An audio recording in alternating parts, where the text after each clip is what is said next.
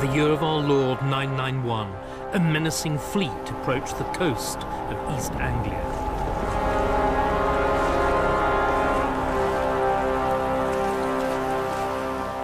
Nearly a century after King Alfred's victory over the Vikings, the Northmen were back. The Viking fleet sacked Ipswich and then made landfall here on an island in the Blackwater estuary near Malden in Essex. There then took place one of the great battles of English history. On the seaward side, there were the hordes of the most dangerous invader yet faced by an English king. On the landward side, there were the forces of the most sophisticated monarchy in Western Europe. For England in 991 was the first nation state. It wasn't a modern state, of course, but it did have representative institutions. It was ordered, it was united, and above all, it was rich. But now, that wealth and political sophistication was up against the most viciously effective contemporary fighting machine. Could it survive?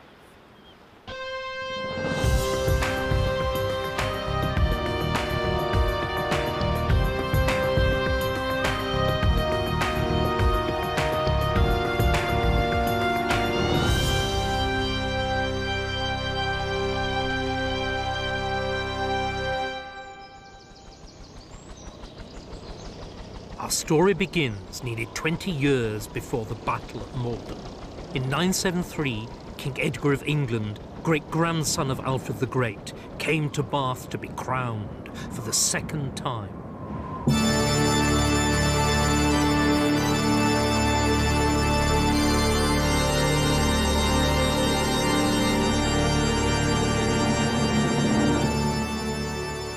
His second coronation celebrated the fact that Edgar had managed to establish his leadership over the whole island of Britain. But the heartland of his power was a country then called Ængla, and it was England's wealth and stability that had enabled Edgar to establish the first British Empire. England's stability was founded on the close relationship between monarch and people. He could not rule without their participation, and his power and laws protected them from exploitation by local warlords. As a result, the country was experiencing an age of unusual prosperity, and under royal patronage, English art and literature flourished. This is how the king liked to be seen, not as a warlord, but as a Christian ruler. Here Edgar is making a gift of land to a Winchester monastery, but the gift was more than just an act of Christian piety. By gifts such as those recorded in this charter, Edgar was serving another god, the idea of a united Ængla, as it was then known. Because monasteries, like Winchester, were national institutions. They held land all over the country. They were centres of a self-consciously English culture, and above all, they were royal. All this was good PR, but it was also vital practical politics, because Edgar's England, the unified England, was only a few decades old. There was always the possibility that it could be destroyed by enemies abroad, or, still more dangerously, at home.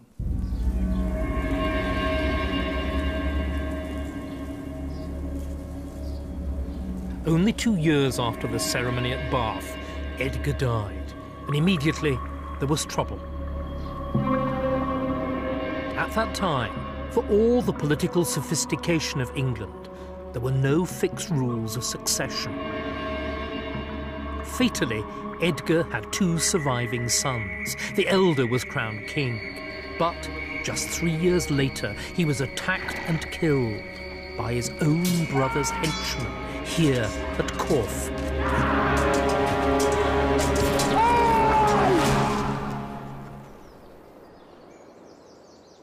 This herringbone stonework once adorned the first floor of the royal hall where the crime was planned.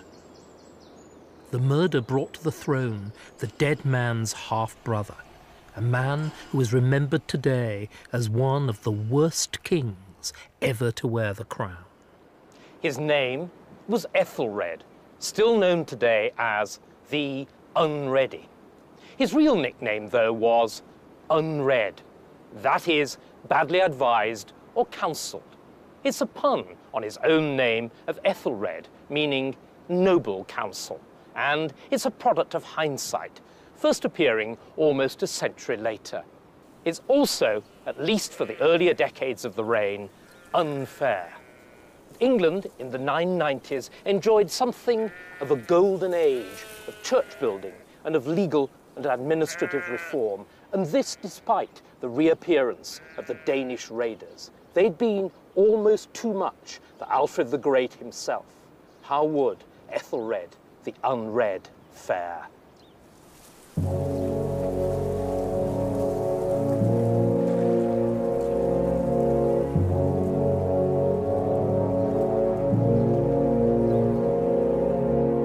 Aethelred's task had recently got much harder. These banks and ditches are the remains of a Viking barracks. They're laid out with geometrical military precision. The barracks were built by the Danish king to impose his will on his own people, and they are a potent symbol of a tough new professionalism which now characterized the Viking world.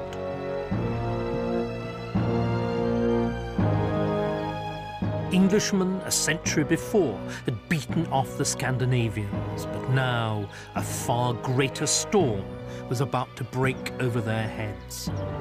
First, refugees from the Danish rulers would seek to restore their fortunes by raiding in England. And then the Danish kings themselves turned the full force of Trelleborg, the formidable military machine, and the organizational and engineering skills on England.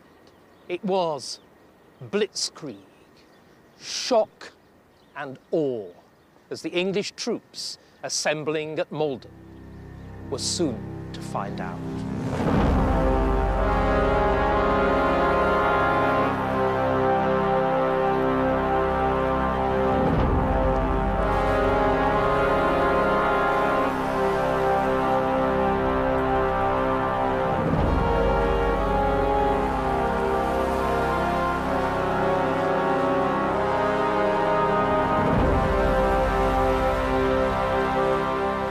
Their base on the island near Malden, the Viking fleet threatened the whole of eastern England. The Danes' first move was to send a messenger to the English demanding money with menaces. Aethelred's commander retorted that they should come across the causeway and fight it out like men. The English were defeated, but not for the last time. The defeat became the stuff of legend and of literature, the subject of a famous Anglo-Saxon war poem, which encapsulates exactly the Dunkirk spirit of the English warriors. But it also tells about the men who fought, describing the soldiers as hailing from all over the country. There's an aristocrat, so the poem tells us, from the Midlands, called Elfwin. Then a local man, an Essex yeoman called Dunera, and from far off Northumbria, a warrior called Eskfirth. In short, it was an English army, not an Essex army, which went down to defeat that day.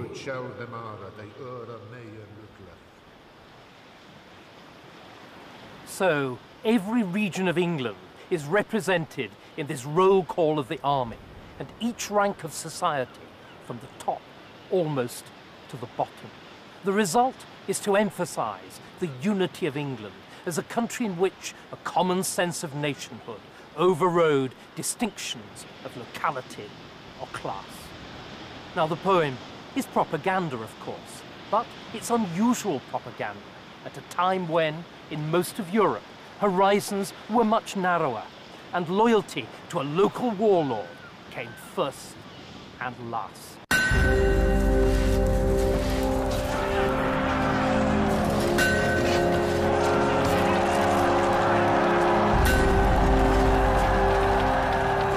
The English defeat at Maldon was just the beginning.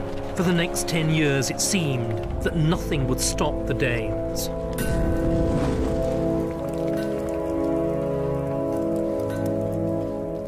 After the battle at Maldon, the English paid tribute to the Vikings in the hope of persuading them to leave, and the word Danegeld entered the language.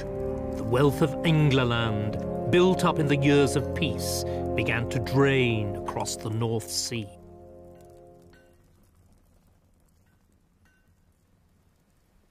For deliverance, King Aethelred looked across the Channel. In 1002, the king married Emma, sister of the Duke of Normandy. Normandy was named after its conquerors, the Northmen. It was, in effect, a Viking province in France. Aethelred hoped that this alliance would stop the people of Normandy from helping their Danish cousins. But in his new queen, Aethelred may have been getting more than he bargained for. Emma is the first English queen to emerge fully into the light of history.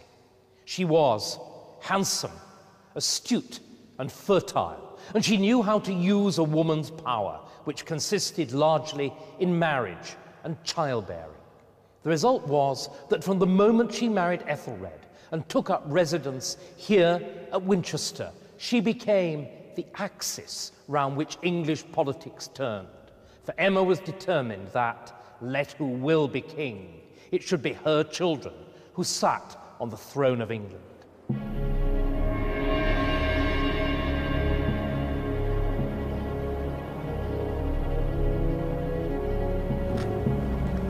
But Aethelred would need more than a marriage alliance to survive. Under the stress of the Danish invasion, Aethelred's kingdom dissolved into vicious factional disputes. In the course of the struggle for power, many of the ablest men in England perished. The fragile unity of Maldon was shattered.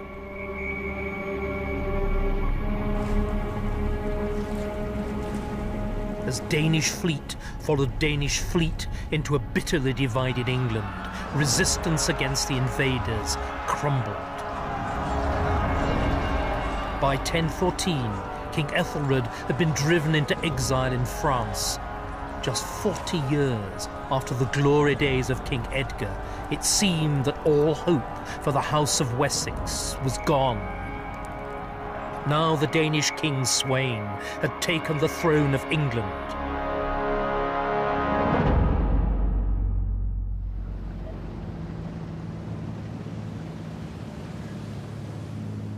But then there was a lucky reprieve for the English, and King Sweyn died just a few months after his victory. The crisis that followed highlights the resilience and the sophistication of the English political system. The surviving English leaders invited Aethelred to return as king, on certain conditions. As a pledge of good faith, he sent his young son Edward as a hostage to London to begin negotiations. The complaints against Aethelred included high taxation, extortion, and the enslavement of free men. By the end of the talks, Aethelred was forced to agree to govern within the rules established by his predecessor. And we can reconstruct the broad terms of the agreement because they were copied into the National Book of Record, the Anglo-Saxon Chronicle. This is the passage in the Anglo-Saxon Chronicle which tells us about those events in 1014. It says that Aethelred would be their faithful lord, would better each of those things that they disliked, and that each of the things would be forgiven which had been done or said against him. Then was full friendship established, in word and in deed and in compact on either side. Embedded here in the prose of the Anglo-Saxon Chronicle, is the text of a formal written agreement between the king and his people. It is the Anglo-Saxon Magna Carta, but as it's 200 years earlier, it's the true foundation of our political liberties.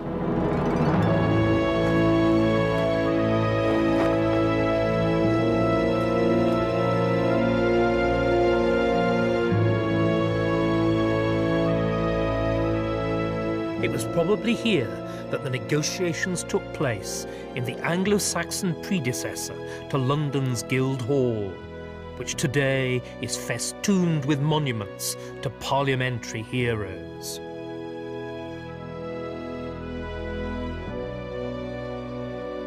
The agreement of 1014 was the first constitutional settlement in English history, and it began a tradition which descends through Magna Carta, the Petition of Right, and the Reform Acts, right down to the present. But in 1014, of course, there was no guarantee that those constitutional ideas would survive and flourish. There was no guarantee even that England would survive. Indeed, it seemed rather unlikely, for Sweyn of Denmark had a son. His name was Cnut, and Cnut was determined to win back what he thought of as his inheritance of England. So the struggle with the Danes would continue. Would English freedoms, as well as English independence, be lost?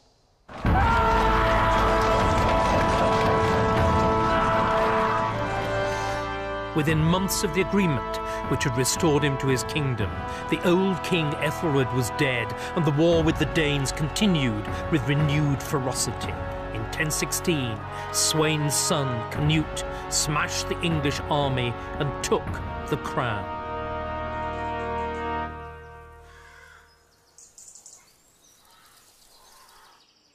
In later years, Cnut was to build this church as a memorial to the slain on the site of the battlefield.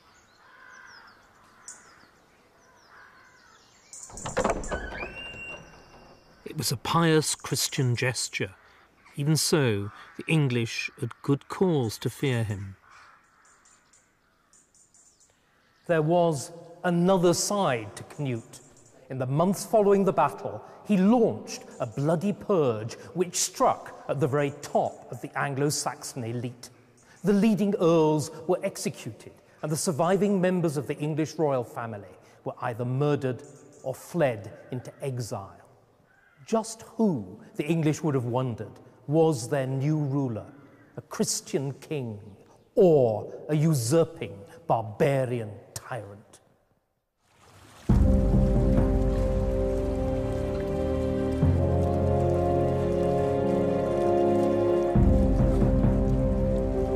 Cnut's background was in the now alien world across the North Sea, amongst the longships and sagas of his Viking ancestors.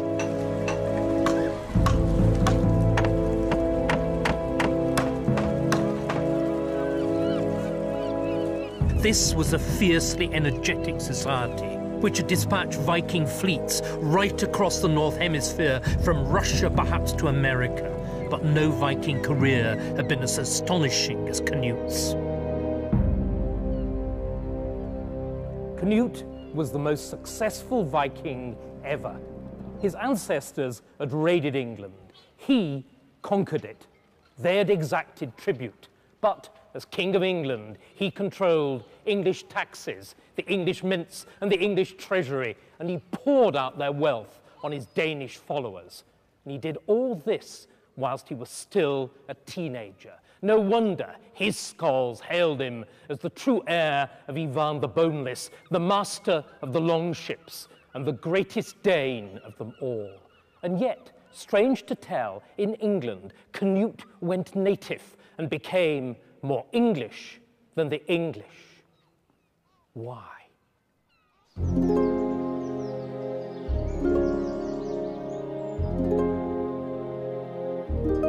Back in England, no one was more worried for the future than Aethelred's widow, Emma. Her children were in exile. Her power, status and wealth were in jeopardy. What would she do now that there was a new king in England? Well, she married him. Cnut might have conquered England, but Emma, it seemed, had conquered Cnut. It might even have been a love marriage, the elegant Norman queen and her bit of Danish ruff. But as usual with royal marriages, the political was more important than the personal, for their marriage symbolized the reconciliation of the English with their Danish conquerors. It helped to neutralize the possible rival claims to the throne of Emma's children by Aethelred. And above all, it marked the seduction and the transformation of Cnut himself. Both outsiders, Cnut and Emma, found themselves adapting to the English tradition of kingship. This drawing records the gift of a giant gold cross to the new minster in Winchester, that is, to the very same abbey whose charter King Edgar had granted nearly half a century before. Cnut is obviously emulating Edgar, and this wasn't just for show. Within 2 years of his victory, Cnut had endorsed Aethelred's agreement of 1014, and even his Viking court poets followed the pattern, hailing him as Cnut under heaven, the foremost great lord. This is an exact literal representation of the picture here.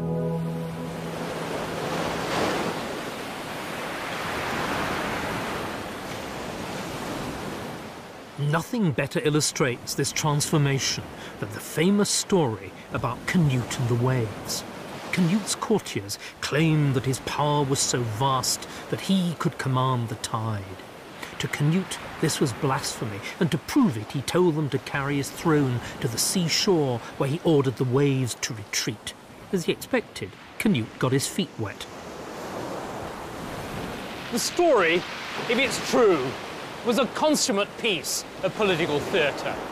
But what really matters is that the story is only to be found in the English sources.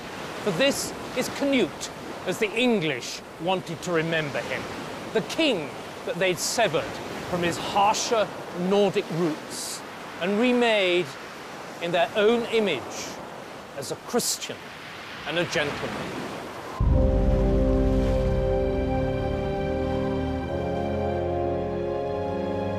Cnut's rule extended wider than any previous king of England to Denmark, Norway, and even to part of Sweden. So he needed to delegate power to trusted Englishmen who ruled whole provinces in his absence.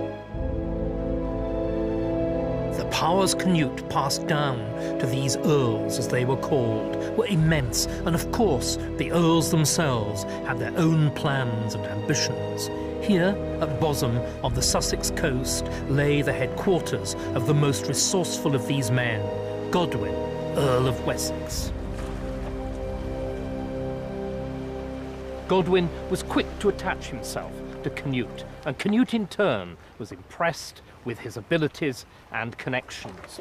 The result was that Cnut made him not only an earl, but the virtual viceroy of the kingdom. He was even married to one of Cnut's remote relations. Godwin had reached the headiest heights of English politics. He would not lightly give up what he'd won.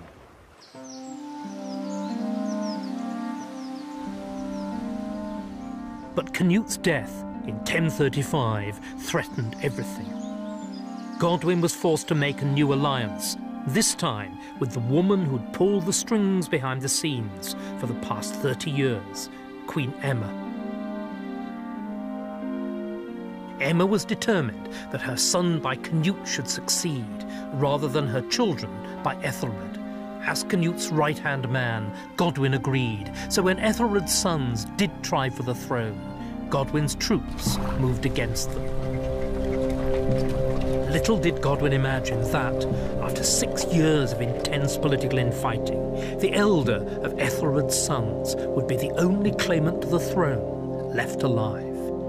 He would be known to history as King Edward the Confessor.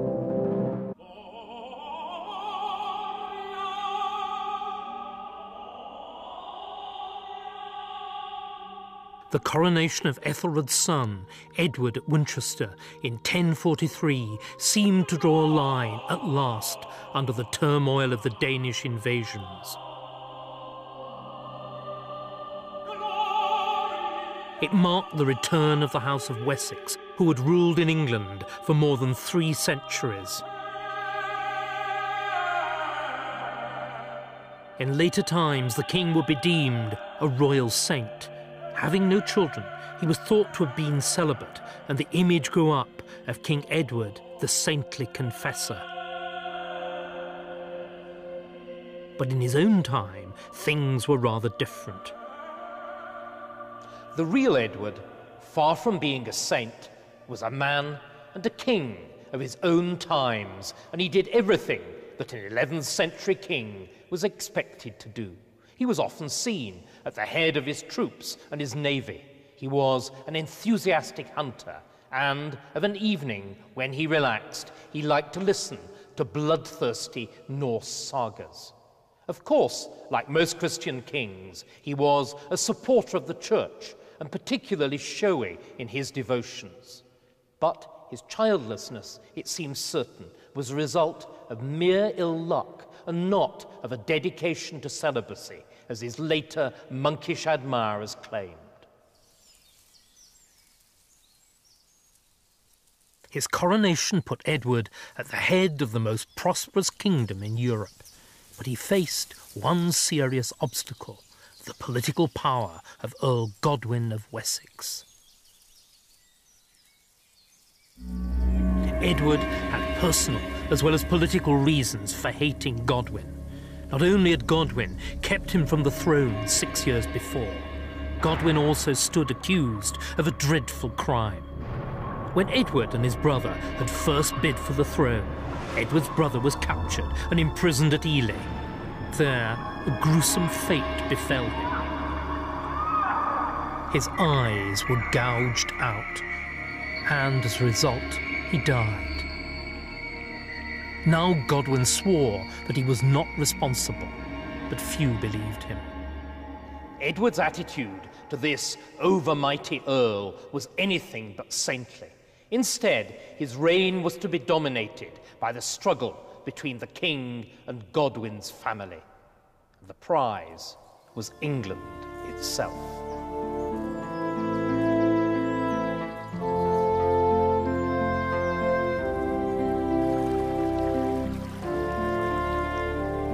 Here, at Deerhurst near Gloucester, was once one of the most important churches in England.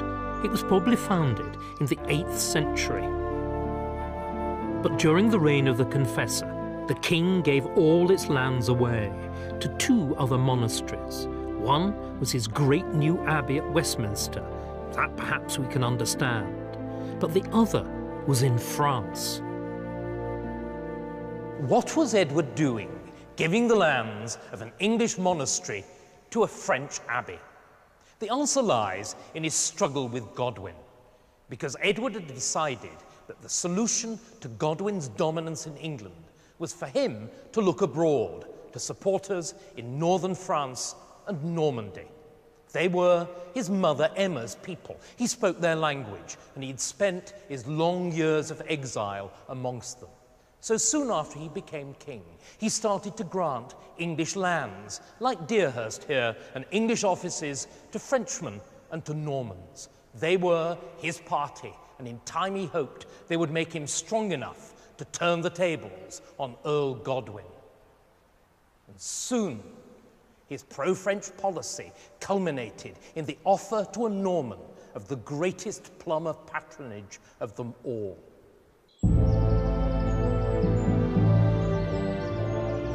In 1051, Edward sent a messenger to France to his cousin William, the young Duke of Normandy. The message was an offer of the crown of England itself. In retrospect, it looks as though Edward was taking a decision of huge political significance and deciding, no less, that the future of England should be Norman, not Anglo-Saxon. But at the time, it looked very different. For Edward's offer to William was not irrevocable. He might yet have children of his own, and even if he didn't, he could always change his mind about his eventual heir. For wisely, Edward used the great expectations of the succession as a device to manage the politics of the reign. And it was this tactic, not geopolitical strategy, which was behind the offer of 1051. Godwin was too strong, so talking up William as his heir might yet bring down the overmighty Earl a peg or two. And so it proved. The flashpoint came later in the year. After a visit to the king, one of Edward's French followers, Eustace of Boulogne, was returning to France. On reaching Dover, his men put on their armour and roughly demanded food and lodging from the townsfolk. There was uproar.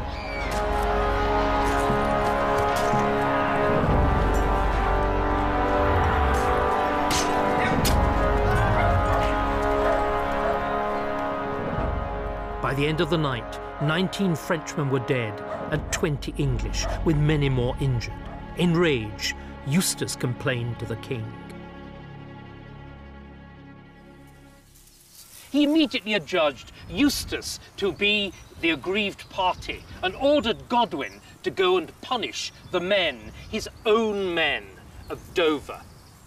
It was a calculated insult, and Godwin refused.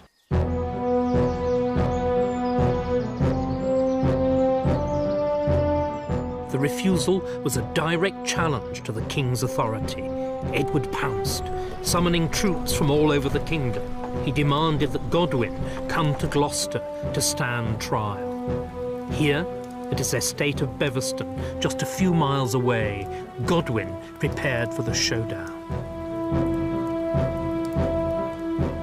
He knew that in Gloucester, Edward was assembling his army. Now Godwin did the same. It was to his stronghold here that Godwin summoned his troops. The site was strategically important, hence the later castle. It was also on the borders of Godwin's great earldom of Wessex. So, as Godwin's troops assembled, the stage seemed set for civil war, Englishmen against Englishmen. Because both the leaders, Godwin here at Beverston and Edward 10 miles away at Gloucester, were spoiling for a fight. Godwin because victory was his only chance of escaping ruin, and Edward because he thought that at last he'd got his great enemy on the ropes. But the followers of both the king and the earl saw the situation very differently.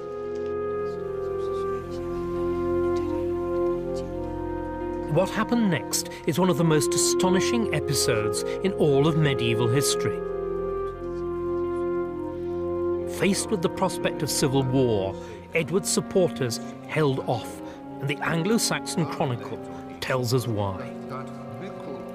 The two armies contained almost all that was noblest in England. They therefore prevented the battle, so that the country would not be at the mercy of our foes, whilst engaged in a destructive conflict between ourselves. Here again, the Anglo-Saxon Chronicle gives us clear evidence of the extraordinary political sophistication of Anglo-Saxon England. For its account here of the agreement of 1051 shows that the lessons of Aethelred's reign had been fully learned. For in 1051, the sense of common, collective nationhood was strong enough to bind the political elite together to face down the disruptive, destructive behaviour of any one man, however powerful and whoever he was.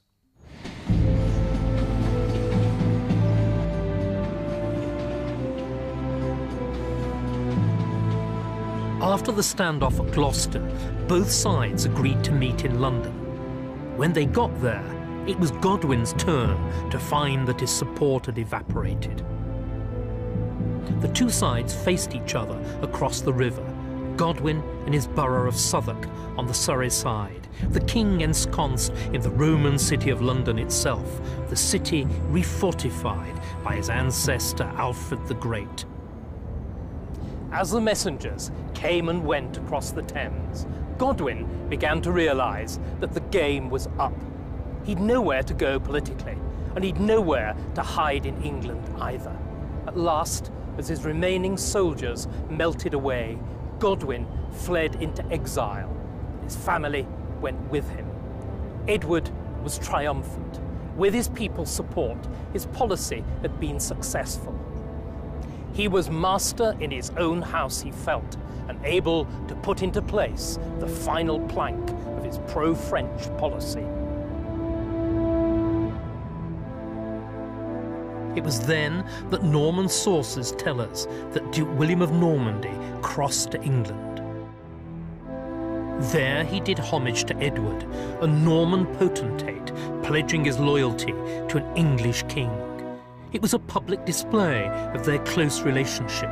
To William, it confirmed the promise of the crown. But to Edward, it must have seemed that his dominion now spanned not only England, but across the Channel to France as well. But Edward little knew that within months, Godwin would return.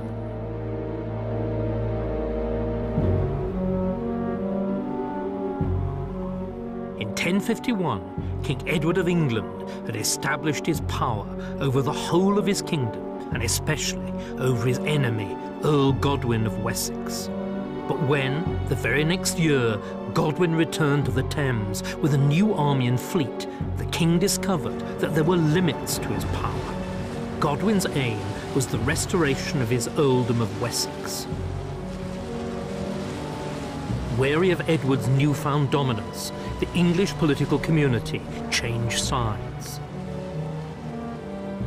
The very people who, in 1051, had first prevented the fighting and then ensured that Godwin lost the political contest, now took his part. As a result, Edward was persuaded to reinstate Godwin and to banish many of his French and Norman supporters. Not for the last time, the political notion had made it clear that the idea of England was greater than any individual, even than the king. None of the big players in 1052 much liked the terms of this compromise, but the broader political community did, because it guaranteed their peace, prosperity, and freedom. And they, not Godwin or Edward, were the real victors of the crisis. The new political settlement lasted for more than a decade. After Godwin himself died in 1055, his place in the kingdom was taken by his children. Harold, his eldest son, inherited his richest lands, the earldom of Wessex. Another son, called Tostig, was made Earl of Northumbria, but his behaviour there was harsh, grasping, and incompetent. After 10 years of Tostig, the people of Northumbria had had enough, and they rebelled in 1065.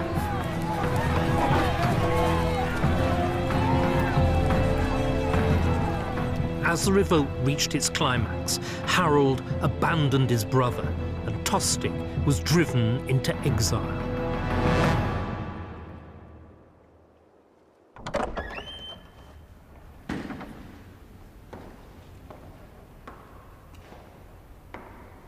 The Northumbrian Revolt was the beginning of the final and unexpected crisis of Edward's reign and of Anglo-Saxon England.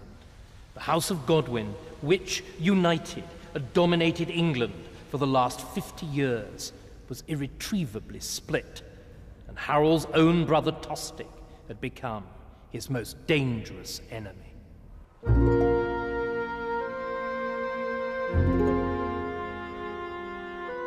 This beautiful embroidery, made in England but preserved in the cathedral at Bayeux in Normandy, is a contemporary record of the momentous events which unfolded in the wake of the Northumbrian revolt. Here is Bosham Church, its chancel arch apparently drawn from life.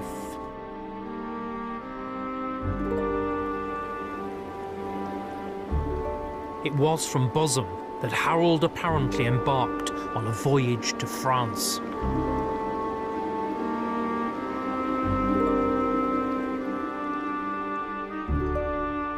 We don't exactly know what the purpose of his voyage was, but we do know that it ended in shipwreck and his arrest on the French coast.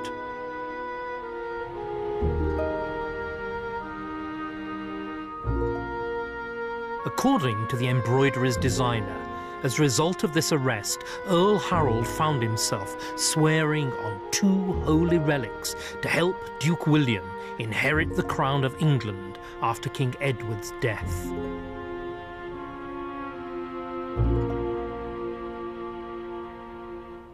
Harold's oath to William is one of the most controversial events of English history, and it always has been. Did it really happen? If so, why? The Norman chroniclers tell us that Harold swore the oath of his own free will after he'd been rescued by William following a shipwreck. Later English chroniclers admit that the oath took place, but suggest that it was void anyway, as it had been sworn under duress. And most contemporary English sources don't even mention Harold's visit to Normandy at all. Nevertheless, an event like this is difficult to invent from scratch. So the likelihood is that Harold did swear the oath. But to what and how seriously is unclear. Nor does it seem that William took Harold's oath very seriously at the time. For neither man can possibly have guessed how swiftly events would overtake them.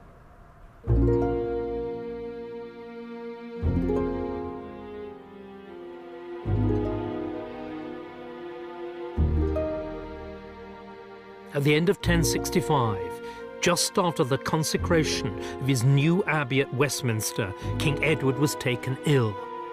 As he lay on his deathbed, Edward had a prophetic nightmare. The troubles of England, Edward was told in his dream, would continue until the trunk of a green tree, which had been cut in two, reunited and bore leaf again. The trunk of the green tree is the House of Wessex, and clearly England was in for a bad time.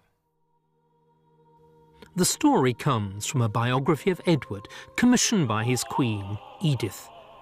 Like many such works, the book is bitterly partisan, and it's particularly hostile to Harold.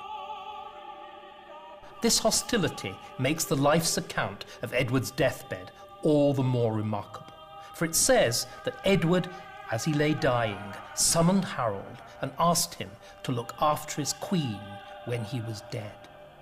Did Edward regret his promise to William, and was he giving the crown to Harold? Certainly, that seems to be the implication.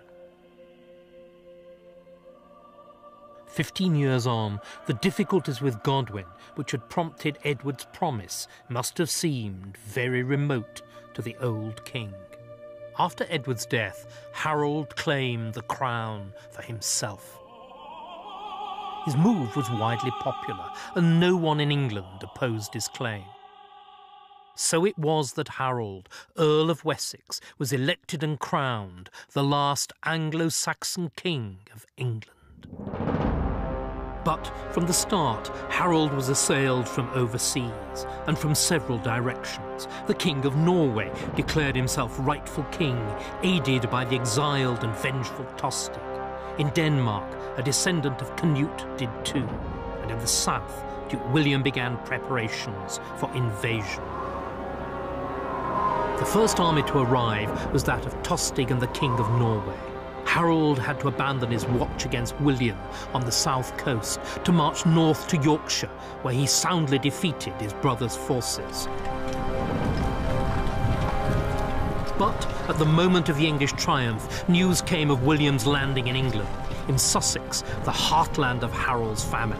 Harold had to act fast. He forced his exhausted soldiers back down the Roman road to face the other intruder at Hastings.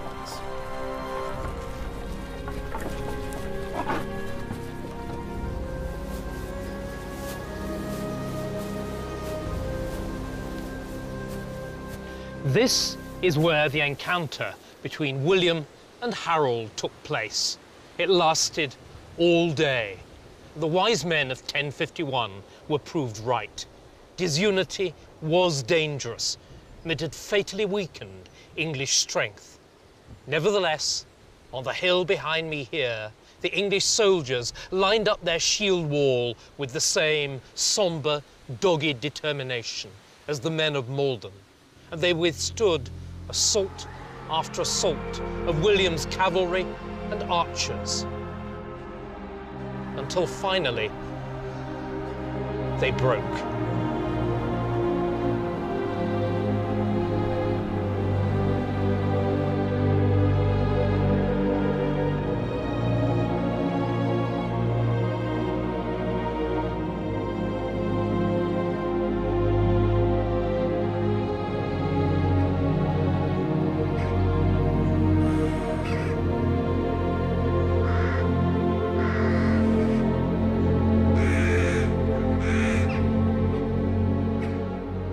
The issue was in doubt right to the end of the battle, but by nightfall, King Harold and many of the English army were dead, and with them went a whole world. The slaughter of the English elite on the battlefields of 1066 meant that England became a very different country.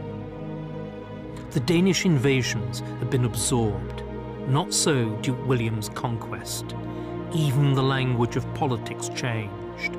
Power in England would be wielded henceforth in French, not English, and history would be written in Latin. The Battle of Hastings brought an end, after 600 years, to the Anglo-Saxon adventure. It had been an adventure which laid the foundations of our freedom and gave legitimacy to our monarchy. For the cataclysm of the conquest and its aftermath has obscured the astonishing political success of the Confessor's England. Brought low in Aethelred's reign, the nation had survived, like Edward himself, with a national spirit which continued to animate its people right to the end, the unexpected, unforeseeable end, here on this hill. Now, the ideas and institutions of the Anglo-Saxon state would be tested more harshly than ever before under new rulers with a new language and new values. Would they vanish, or would they transmute and survive?